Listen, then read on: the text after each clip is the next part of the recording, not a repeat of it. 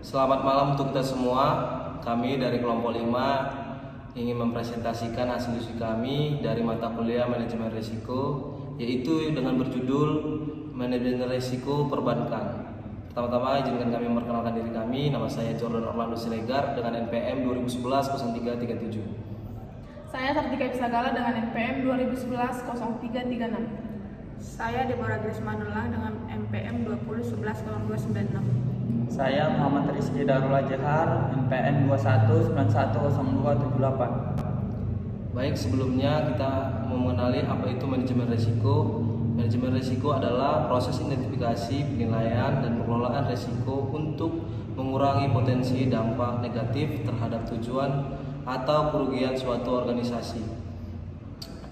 Tujuannya adalah untuk mengidentifikasi ancaman, potensi, peluang, dan ketidakpastian serta mengambil tindakan yang tepat untuk mengurangi atau mengidentifikasi risiko yang timbul. Manajemen risiko melibatkan serangkaian langkah termasuk identifikasi risiko, analisa risiko, juga pengukuran risiko, pengembangan strategi mitigasi, pelaksanaan tidak pencegahan, dan pemantauan secara berkelanjutan.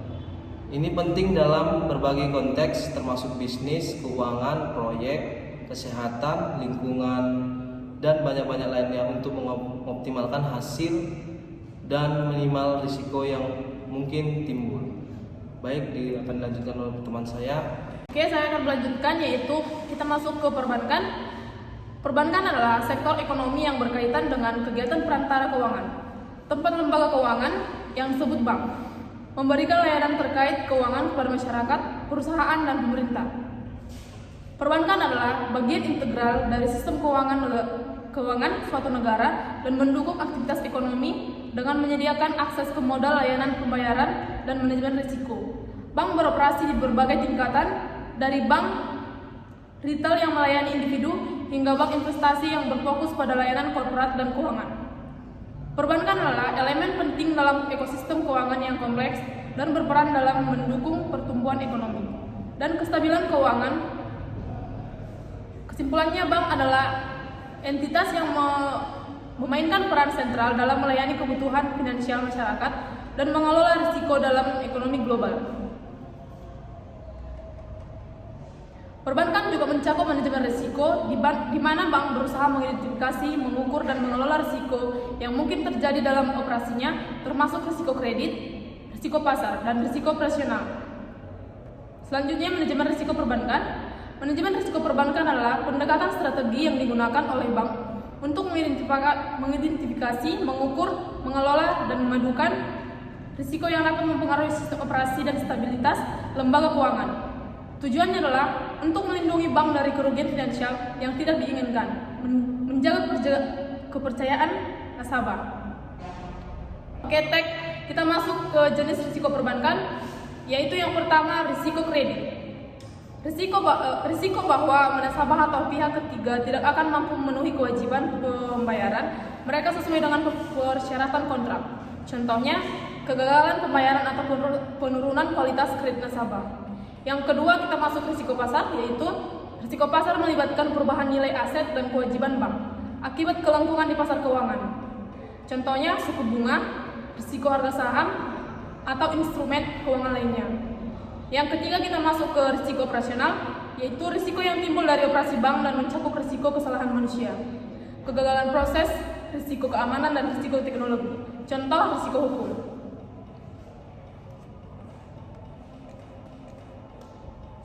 Selanjutnya kita masuk kepada jenis risiko perbankan. Yang pertama, risiko likuiditas.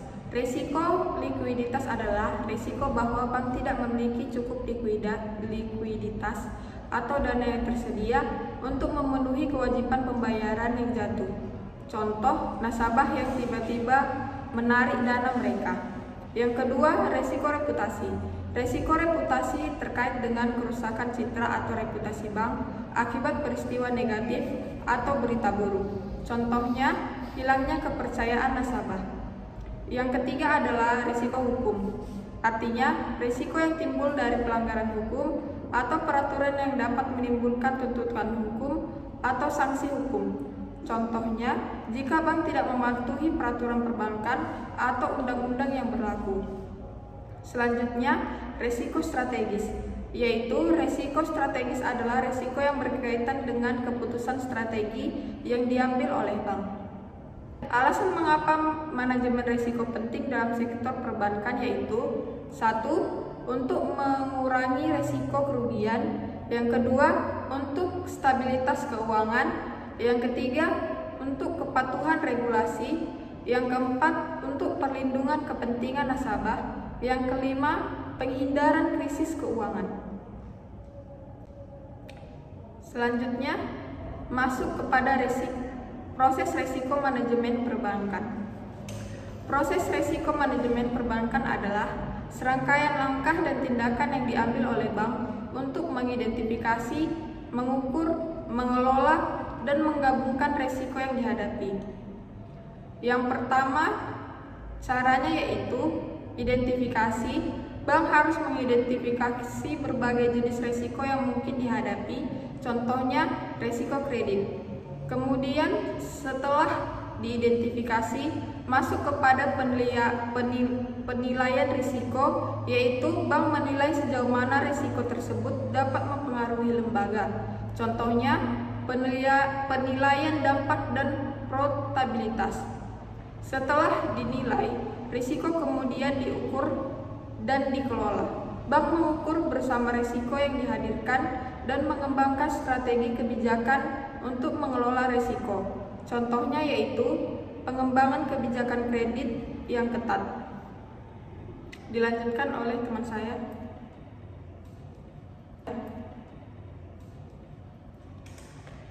Baiklah, saya akan melanjutkan proses risiko manajemen perbankan. Pengendalian risiko mengimplementasi kontrol internal untuk mengurangi risiko, contohnya pengawasan yang ketat, validasi data, pengukuran stres, pemantauan dan pengelolaan batas risiko. Pemantauan mencakup pemantauan risiko secara berkala, contohnya perubahan dalam risiko dan kondisi pasar harus diidentifikasi dan diatasi. Peraturan kepatuhan, bank harus mematuhi regulasi dan persyaratan ditetapkan oleh otoritas pengawas dan regulator. Contohnya pelapor risiko kepada regulator dan pematuhan terhadap pedoman perbankan yang berlaku. Manajemen krisis, bank harus memiliki rencana manajemen krisis yang jelas untuk mengatasi situasi darurat atau kejadian yang dapat mempengaruhi stabilitas keuangan bank. Dan transparansi dan pelapor. Bank harus memberikan transparansi tentang risiko-risiko yang dihadapi dan hasil risiko manajemen kepada pemegang saham atau nasabah. Pengembangan keputusan yang lebih baik, manajemen risiko memberikan pemahaman bank yang lebih baik tentang. Selanjutnya, contoh limit risiko umum dalam perbankan. Limit kredit bank menetapkan batasan jumlah pinjaman yang dapat diberikan kepada peminjam tertentu atau sektor tertentu. Kedua, limit pasar. Ini berkaitan dengan risiko pasar seperti risiko fluktuasi, nilai pasar saham atau nilai uang. Bank menetapkan batasan untuk mengelola risiko ini. Yang ketiga, limit likuiditas. Bank mengatur batasan untuk memastikan bahwa mereka memiliki likuiditas yang cukup untuk mengatasi kebutuhan penarikan dana nasabah. Selanjutnya, limit konsentrasi risiko. Ini melibatkan pembatasan bank terhadap jumlah risiko yang terkonsentrasi dalam sektor atau bisnis tertentu.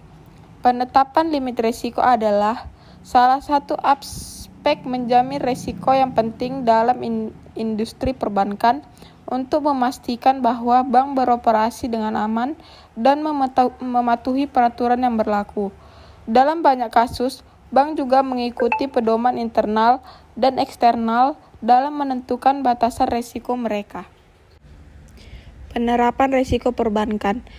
Penerapan resiko perbankan adalah praktik yang sangat luas dan penting yang diterapkan oleh bank untuk mengidentifikasi, mengukur, mengelola, dan memitigasi risiko yang mungkin terkait dengan operasi mereka. Hal ini bertujuan untuk menjaga stabilitas, kepatuhan, dan kesehatan keuangan bank, serta melindungi nasabah dan pemegang saham dari risiko yang tidak diinginkan. Penerapan manajemen risiko dalam semua aspek operasi bank adalah kunci untuk menjaga stabilitas, meminimalkan kerugian, dan mematuhi peraturan yang ketat. Ini membantu bank mengoptimalkan penggunaan modal mereka dan mempertahankan kepercayaan nasabah dan pemegang saham. Kesimpulannya adalah, proses risiko manajemen perbankan disiplin yang berkelanjutan dan penting untuk menjaga stabilitas dan kemiskinan bank. Itu membantu bank untuk menghindari kerugian yang tidak diinginkan, menjaga kepercayaan nasabah dan pemegang saham, serta mematuhi peraturan yang berlaku. Terima kasih.